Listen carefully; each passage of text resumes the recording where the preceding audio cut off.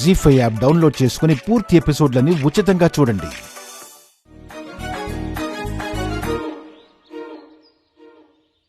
ఏమరా అందరూ వచ్చారా? మీరు పిలిచిన తర్వాత కూడా రాకుండా ఎలా ఉంటారు నానమ్మా? చురుకు.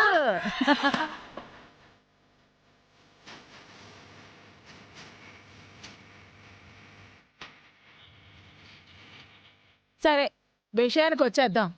నిన్న వంటల పోటీలో సరస్సు గెలిచినప్పటికీ ఆ ఆట దేవుడికి ఇవ్వటం వల్ల అది పరిగణలోకి తీసుకోలేదు.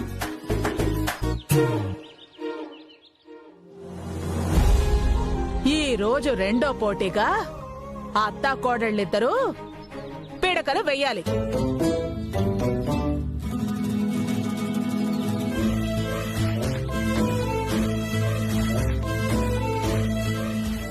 ఒక అరగంటలో ఎవరు ఎక్కువ పిడకలు గోడకి కొడతారో వాళ్లే గెలిచినట్టు.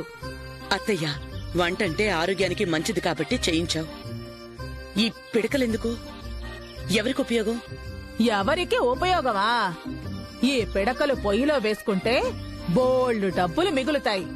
ఇవి కాలేక వచ్చే కచ్చికతో పళ్ళు తోముకోవడానికి వాడుకునేవాళ్ళం. అవును. ఎందుకు వాగ్దేవి, మాట్లాడితే పిన్నిగారి కోపం తెప్పిస్తావు. చెప్పేదేదో ఆశాంతం వినొచ్చు కదా. నేను వింటాను గాని మీరు ఆజ్యం పోసే విన్యాసాలు చేయకండి ప్లీజ్. సర్లే, అలాగే కాని. చిలకమ్మా, సరసు, ఇద్దరు ముందుకు రండి. రండి. ఆ పేడ ముద్దలు చేసే ముందు వరి పొట్టు కలపండి. ఆ తర్వాత ముద్దల్ని గోడకి గుండ్రంగా పిడకలుగా కొట్టాలి. అసలే పెంట, ఇవన్నీ ఎందుకు?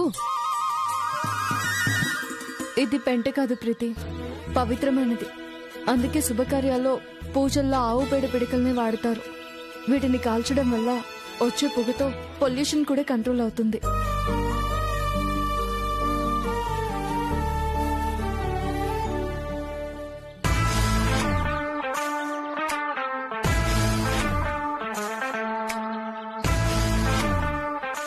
అమెరికా నుండి వచ్చాను, ఎంగిలి పీసు మాట్లాడాను అంటే సరిపోదు. మన ఆచారాలు, వాటి వెనక కారణాలు కూడా తెలుసుకోవాలి. అత్తయ్య, ఏంటి లేటు? పోటీకి గెలుపుకి సిద్ధంగా ఉన్నాను.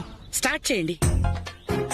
ఆహాహా, మా చిలకమ్మ ఈ రోజు మంచి ఊపు మీద ఉన్నట్టుంది. నిన్నంటే తిప్పేది కదండి, కొంచెం కష్టం.